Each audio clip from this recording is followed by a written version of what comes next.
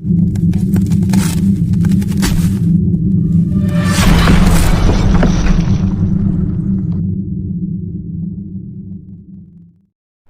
राम भाइयों, आपका फिर से स्वागत है GKC गुरु जी की क्लास में। आज हम चैप्टर 3 पढ़ने वाले हैं। चैप्टर 2 हमने कवर कर लिया है पूरा। पिछली वीडियो आपने नहीं देखी है तो पहले जाकर उसको देखें। आज हम चैप्टर 3 माइक्रो इकोनॉमिक्स का करेंगे। चैप्टर 3 डिमांड के ऊपर है। सारा चैप्टर 3 डिमांड के ऊपर बेस है। डिमांड को पढ़ने से पहले ये दो चीज़ को आज हम पहले डिस्कस करेंगे कि ये क्या होते हैं। डिज़ायर मतलब किसी की इच्छा, मतलब कि कोई सामान परचेज करने की इच्छा है। डिज़ायर हमारे एक तरीके के सपने होते हैं जो कभी पूरा नहीं हो सकते।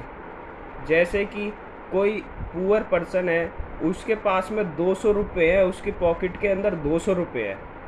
उन 200 रुपये से वो सोचता है कि मतलब उसकी पॉकेट के अंदर 200 रुपये है, वो सोचता है कि मैं एक कार परचेज करूं, वो भी ऑडी वाली।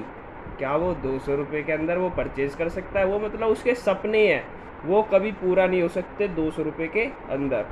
इसीलिए हम इसको कहते हैं डिज़ायर, जो कभी पूरा नहीं हो सकते। वॉन्ट्स, अब दूसरा पॉइंट आता है इसमें। वॉन्ट्स क्या होता है?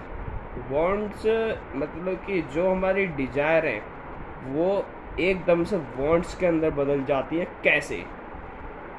क्योंकि जैसे कि कोई पुअर पर्सन है, उसकी लॉटरी लग गई, मान के चलो उसकी 1 करोड़ रुपए की लॉटरी लग गई, तो वो जो उसकी डिज़ायर है वो कन्वर्ट हो सकती है ना वॉन्ट्स में, क्योंकि उसकी लॉटरी लग गई है।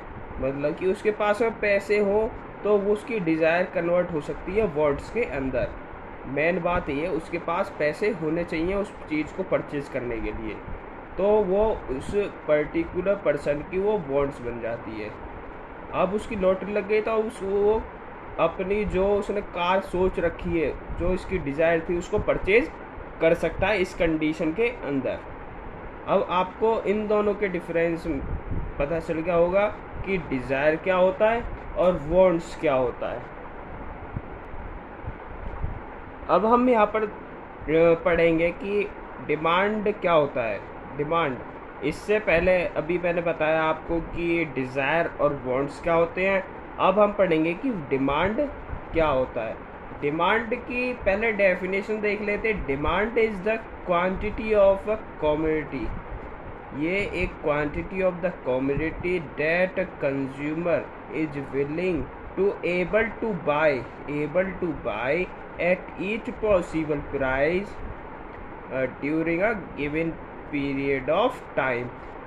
मतलब कि डिमांड वो होती है कि कोई quantity of a commodity market के अंदर अवेलेबल है, जो कंज्यूमर उसको परचेज करने के लिए रेडी है और उसके पास परचेज करने के लिए टाइम भी है और उसके पास परचेज करने के लिए मनी भी है। तो उस चीज़ को हम डिमांड कहते हैं। मतलब कि वो पूरी तरीके से उस कमोडिटी को परचेज करने के लिए, उस गुड्स को परचेज करने के लिए, उस सामान को परचेज करने के लिए वो पूरी तरीके से रेडी है, वो उस सामान को खरीदना चाहता है, तो उसे हम डिमांड कहते हैं। ये मेन 4 पॉइंट है। इसी 4 पॉइंट के बेसिस पर ये डेफिनेशन जनरेट हुई है। ये 4 पॉइंट क्या कहते हैं? Quantity of a commodity. Quantity of a commodity मतलब कि जो सामान कंज्यूमर खरीदना चाहता है वो सामान अवेलेबल होना चाहिए मार्केट के अंदर। विलिंगनेस टू बाय मतलब कि अब सामान जो अवेलेबल है मार्केट के अंदर, उसको खरीदने की इच्छा होनी चाहिए कंज्यूमर की। प्राइस ऑफ द कमोडिटी, उस जो कमोडिटी, जो सामान मार्केट के अंदर है, उसकी एक फिक्स प्राइस होनी चाहिए ओके, उस सामान की फिक्स प्राइस होनी चाहिए मार्केट के अंदर। पीरियड ऑफ द टाइम, उसके जो कंज्यूमर के पास में टाइम होना चाहिए, एक स्पेसिफिक टाइम होना चाहिए उस कॉमोडिटी को परचेज करने के लिए। यही हमारा डिमांड कहलाता है। अब डिमांड हमारे टू टाइप्स के होते हैं। अब ये टू टाइप्स के होते हैं। एक होता है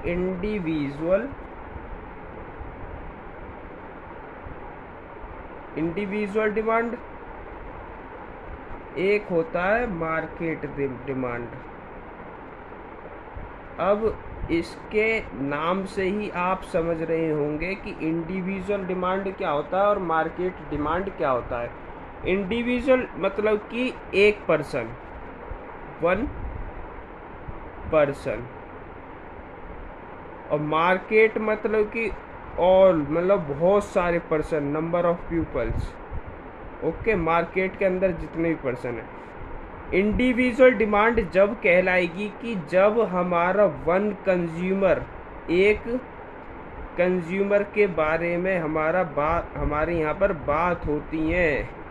कंज्यूमर मतलब पर्टिकुलर वन कंज्यूमर के ऊपर बेस होता है इंडिविजुअल डिमांड। इसमें हम कहते हैं कि इंडिविजुअल डिमांड के अंदर कहते हैं कंज्यूमर, एक कंज्यूमर वो हमारा परचेज करने के लिए, कॉमोडिटी को परचेज करने के लिए रेडी है, उसके पास में पैसे भी हैं, टाइम भी है और कॉमोडिटी मार्केट के अंदर अवेलेबल भी है। उसी चीज़ को हम कहते हैं इंडिविजुअल डिमांड। ओके, आपको समझ में आ गया होगा कि इसमें बस वन कंज्यूमर होता है। वन कंज्यूमर के बारे में बात करते हैं हम। मार्केट डिमांड के अंदर हम मैनी कंज्यूमर, मैनी मतलब बहुत सारे कंज्यूमर के बारे में बात करते हैं।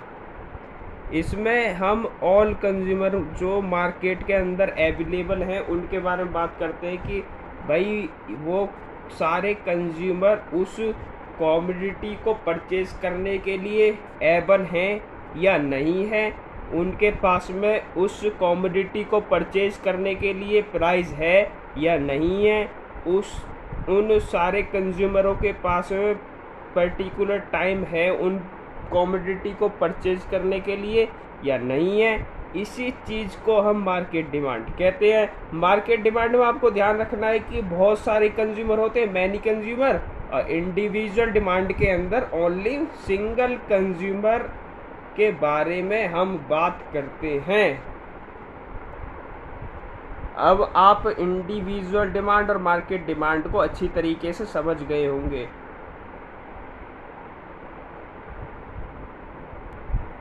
आज की वीडियो में इतना ही। Thanks for watching this video. Bye bye.